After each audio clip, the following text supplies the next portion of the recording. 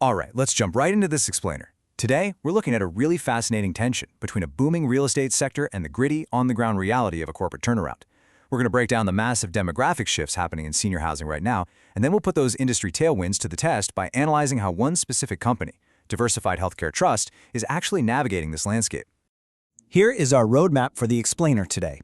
We'll start with the senior housing boom, take a look inside Diversified Healthcare Trust, examine how they are streamlining their portfolio, face their debt reality, and wrap up with their road to recovery.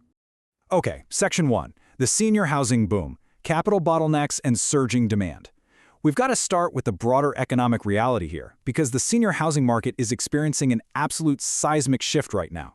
The aging population is creating incredible demand, obviously, but the real story is actually what's happening on the supply side.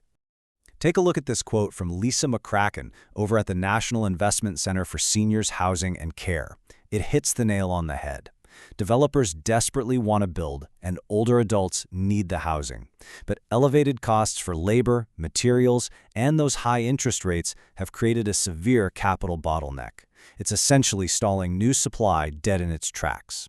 And because of that stalled pipeline, overall senior housing occupancy climbed to 89.5% in Q1 of 2026. To put that into perspective, guys, that marks the 19th consecutive quarter of growth. Investors are heavily favoring acquiring existing properties over building new ones, and that's putting intense, undeniable pressure on the availability of senior housing. When you look at how these national trends translate to regional markets, the squeeze is even more obvious. Places like Boston and San Francisco are becoming incredibly tight, boasting occupancies well over 91%. With year-over-year inventory growth hitting a record low of just 0.4%, we're seeing a massive opportunity for companies that already own existing operational properties in these key markets. Moving on to Section 2, inside Diversified Healthcare Trust, the micro view. Let's pivot and introduce the company that's trying to capitalize on these exact market conditions, Diversified Healthcare Trust, or as you probably know it by its ticker, DHC. Let's put a face to the REIT. DHC isn't just holding paper. They own physical, tangible communities like the Point at Deer Creek down in Florida, operating across the entire health services spectrum. They are exactly the kind of company sitting on the existing inventory that the market is absolutely starving for right now. Just look at the sheer scale here. We're talking a $6.2 billion portfolio, 285 properties, and nearly 24,000 senior living units, which means those macro tailwinds we just discussed, the sky-high occupancy and the total lack of new construction, should, theoretically anyway, provide a massive operational lift to a portfolio of this size. So let's look at Section 3, streamlining the portfolio, selling to survive and thrive. Here's where the story gets pretty complicated. Despite a fantastic market, DHC has faced some major internal hurdles over the last few years, leading management to trigger a dramatic turnaround plan. They've had to make some incredibly tough choices to stabilize the ship.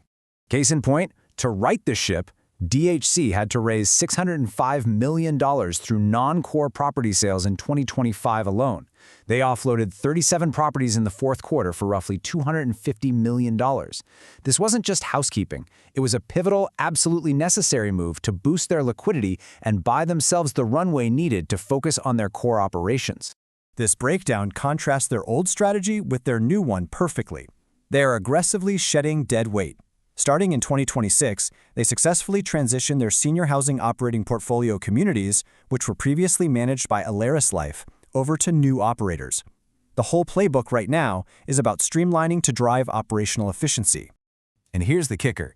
It's actually working on the ground. Just look at Q1 2026, a 13.5% jump in net operating income for those properties. They're filling up, occupancy grew 110 basis points, and they managed to increase average monthly rates by nearly 6%. The core business is absolutely responding to those macro tailwinds. But we've got to look at the other side of the coin. Section 4, dividends and debt reality, the heavy balance sheet. To truly get the full picture in this explainer, we have to slow down and look at the stark reality of DHC's balance sheet. Because a turnaround is never just about fixing today's operations, it's about paying for the sins of the past. And this timeline tells a pretty brutal story. Back in 2018, DHC was paying out a fat $1.56 annual dividend.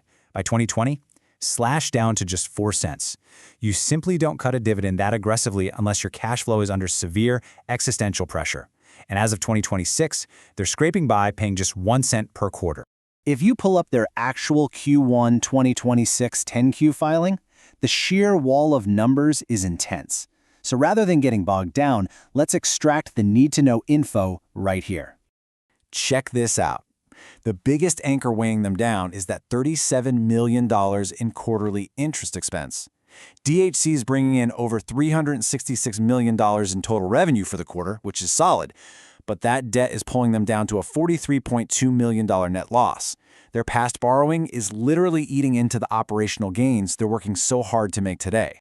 And here is the why behind that massive interest bill: a looming wall of debt. While 2026 and 2027 are totally manageable, there is a massive $640.6 million principal payment due in 2028, and then another $435 million due in 2030. This is the ultimate hurdle in their turnaround story. It's the elephant in the room. Which brings us to Section 5, the Road to Recovery, 2026 guidance and beyond. So how on earth does management plan to outrun this debt? Let's check out their latest projections to see the case they're building for the rest of 2026. Looking at the official 2026 guidance, management actually increased their projections for the year. This optimism is driven entirely by those procurement efficiencies and new operator transitions we covered earlier. They're expecting total net operating income to land somewhere between $297 and $313 million. But to hit that, they have to thread a very tight needle. They're banking heavily on growing revenues at 8% while keeping expense growth strictly capped at about 5.7%.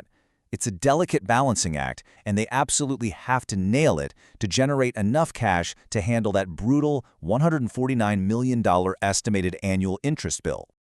So here's the ultimate question we're left with. Will the macro senior housing boom be enough to fuel this corporate turnaround before the debt comes due? The industry wins are certainly at their back, for sure, but the micro climb remains incredibly steep. You'll want to keep a close eye on their Q2 earnings to see who wins this race. Thanks for walking through this explainer with me.